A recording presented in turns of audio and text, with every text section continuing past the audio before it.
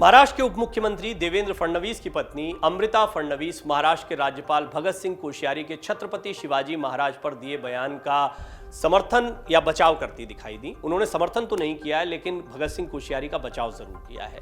महाराष्ट्र के राज्यपाल भगत सिंह कोश्यारी द्वारा मराठा योद्धा छत्रपति शिवाजी महाराज पर की गई टिप्पणी का मामला तूल पकड़ता जा रहा है। उनके बयान के बाद से राज्य में एक बार फिर से सियासत गर्मा गई है। इस मामले में एनसीपी प्रमुख शरद पवार और उद्धव ठाकरे समेत विपक्ष के कई नेताओं ने राज्यपाल कोश्यारी पर निशाना साधा। आलम यह है कि विपक्षी पार्टियों ने राज्यपाल कोश्यारी को हटाने की मुहिम छेड़ दी है। हालांकि इस बीच उप मुख्यमंत्री देवेंद्र फडणवीस की पत्नी अमृता फडणवीस ने उनका बचाव किया है। वो उनके समर्थन में आई है, भगत सिंह कोश्यारी के, उनके बयान के नहीं।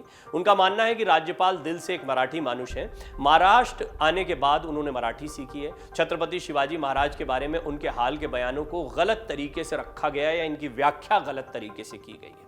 सबसे पहले आप जान लीजिए कि अमृता फडणवीस ने क्या कहा है, उनका बयान क्या है। अमृता फडणवीस ने पत्रकारों से बातचीत करते हुए कहा कि मैं राज्यपाल को व्यक्तिगत रूप से जानती हूं। उन्होंने महाराष्ट्र आने के बाद मराठी सीखी है। वो वास्तव में मराठी से प्यार करते हैं। इस बात का अनुभव मैंने खुद किया है, लेकिन कई बार ऐसा हुआ है कि उन्होंने कहा कुछ और उसका मतलब कुछ और निकल गया। ऐसा भी हुआ है कि वो कहना कुछ और चाहते थे और उसकी व्याख्या अलग तरीके से की गई। वो दिल से एक मराठी मानुष है। कोश्यारी के बयान के बाद शिंदे सरकार बुरी तरह से घिरी दिखाई दे रही है। कोई उनके बयान का बचाव करता नहीं दिखाई दे रहा है, लेकिन अमृता फडणवीस जो है वो भगत सिंह कोश्यारी का अलबत्ता बचाव करती दिखाई दी है। ये लड़ाई बहुत तेज होती जा रही है। राज्यपाल भगत सिंह कोश्यारी के बयान के बाद महाराष्ट्र में एकनाथ शिंदे की सरकार घिर गई। अमृता फडणवीस ने जो कोश्यारी का बचाव किया है उसने राज्य सरकार को एक अजीब स्थिति में डाल दिया है। विपक्ष केंद्र सरकार से कोश्यारी को वापस बुलाने की मांग कर रहा है। उद्धव ठाकरे के नेतृत्व वाली शिवसेना ने यहां तक कह दिया कि इस पार्सल को अमेजन से महाराष्ट्र से भेजा जाए। इसके साथ शिवसेना ने कोश्यारी को नहीं हटाए जाने पर विरोध प्रदर्शन की धमकी तक दी है। उद्धव ठाकरे ने कहा था कि केंद्र सरकार राज्यपाल के रूप में भेजा अमेजन पार्सल वापस बुला ले। हम यहां महाराष्ट्र में ये पार्सल नहीं चाहते हैं। केंद्र सरकार इस नमूने को दूसरी जगह भेजे या वृद्धाश्रम भेज दे। उद्धव ने कहा कि सभी महाराष्ट्र प्रेमी उनके बयान का विरोध करें। अगर भाजपा के लोग भी चाहें तो वो भी शामिल हो सकते हैं। कोश्यारी को राज्यपाल पद से हटाने के लिए बीजेपी को छोड़कर महाराष्ट्र की सारी पार्टियां एकजुट हो चुकी हैं। सत्तारूढ़ सहयोगी भारतीय जनता पार्टी को छोड़कर सभी राजनीतिक दलों और विपक्षी कांग्रेस, राष्ट्रवादी का एनसीपी, शिवसेना, उद्धव गुट और राज्यपाल के बयान की निंदा सभी करते दिखाई दे रहे हैं। उन्हें पद से हटाने की मांग कर रहे हैं। शिंदे गुट के नेताओं ने भी राज्यपाल के बयान का विरोध किया है। राज्यपाल के बयान पर शिंदे गुट के नेता भी विरोध जता चुके हैं। संजय गायकवाड़ ने कहा था कि राज्यपाल को यह समझना चाहिए कि छत्रपति शिवाजी महाराज के आदर्श कभी पुराने नहीं पड़ते और उनकी तुलना दुनिया के किसी भी महान व्यक्ति से नहीं की जा सकती है। केंद्र में भाजपा नेताओं से मेरा अनुरोध है कि एक ऐसा व्यक्ति जो राज्य के इतिहास को नहीं जानता, ये कैसे काम करता है, इसे कहीं और भेजा जाए।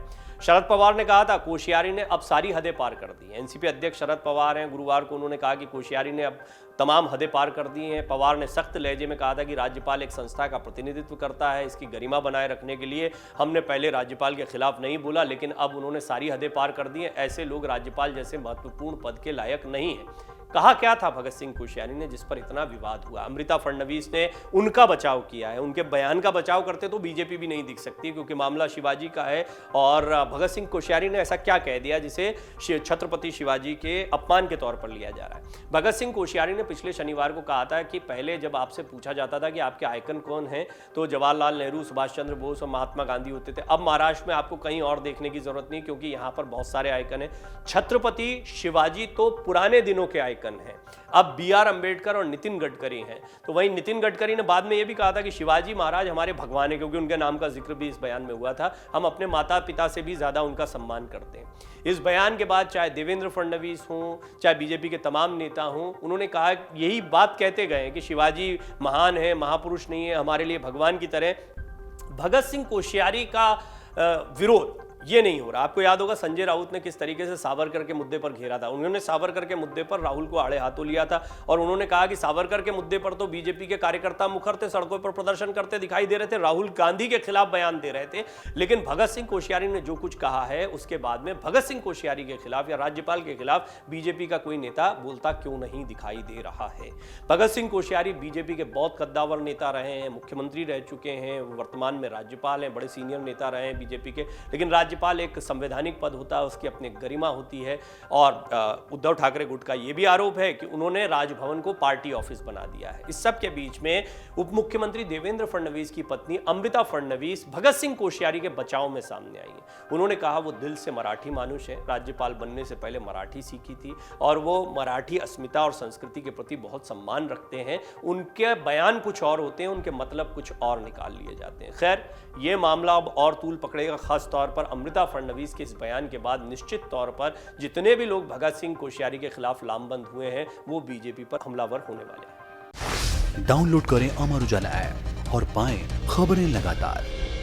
अगर आप ये वीडियो YouTube पर देख रहे हैं तो हमारे चैनल को सब्सक्राइब करें और बेल आइकन को दबाना ना भूलें। अगर आप Facebook पर ये वीडियो देख रहे हैं तो हमारे पेज को लाइक करें।